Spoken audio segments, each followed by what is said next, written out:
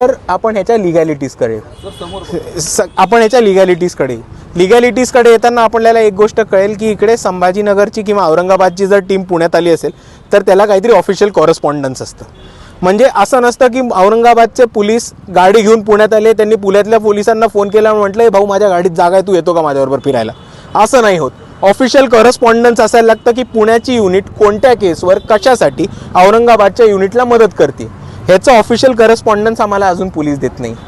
दुसऱ्या बाजूला तेव्हा ज्या मुलीला शोध घेता घेता औरंगाबादचे पोलीस ज्या घरी पोचले तेव्हा त्या मुलींचे सिम कार्ड ट्रेस केले होते. आता सिम कार्ड ट्रेस करायला तुम्हाला FIR दर्ज लागते.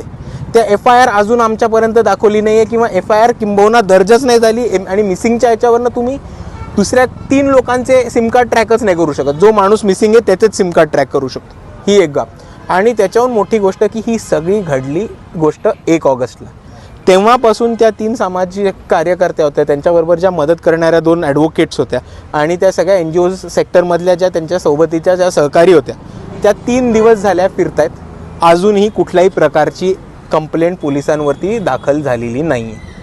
आपण सर्वांनी एक समजून घेऊयात की कॉन्स्टिट्यूशनमध्ये असं म्हटलेलं आहे की अट्रॉसिटी जी कंप्लेंट असेल ती ताबडतोब घेतली पाहिजे पोलिसांनी आणि मग पुढे चौकशी होते.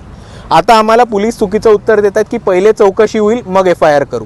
आता हा कॉन्स्टिट्यूशनचा भंग आहे, हा संविधानाचा भंग आहे. कारण संविधानामध्ये क्लिअरली लिहिलं आहे प्रोसिजर फॉलो करताना की पहिली FIR होईल आणि मग त्या FIRच्या आधारित चौकशी होईल. तर असं पूर्ण पद्धतीने एका बाजूला पोलीस दडपशाही करतात, दुसऱ्या बाजूला पोलीस पोरींचं टॉर्चर आणि मोलेस्टेशन करतात. त्या दलित समाजाच्या आहेत म्हणून त्यांच्यावरती अट्रॉसिटी करतात, त्यांना जातीवाचक शिव्या देतात आणि आता CP ऑफिसपासून सगळे त्यांच्या सहकार्यांना वाचवण्यासाठी एक अट्रॉसिटी किंवा एक साधी कंप्लेंट पण नाही घेतात. ही आपल्यासमोर ठेवलेली वस्तुस्थिती आहे.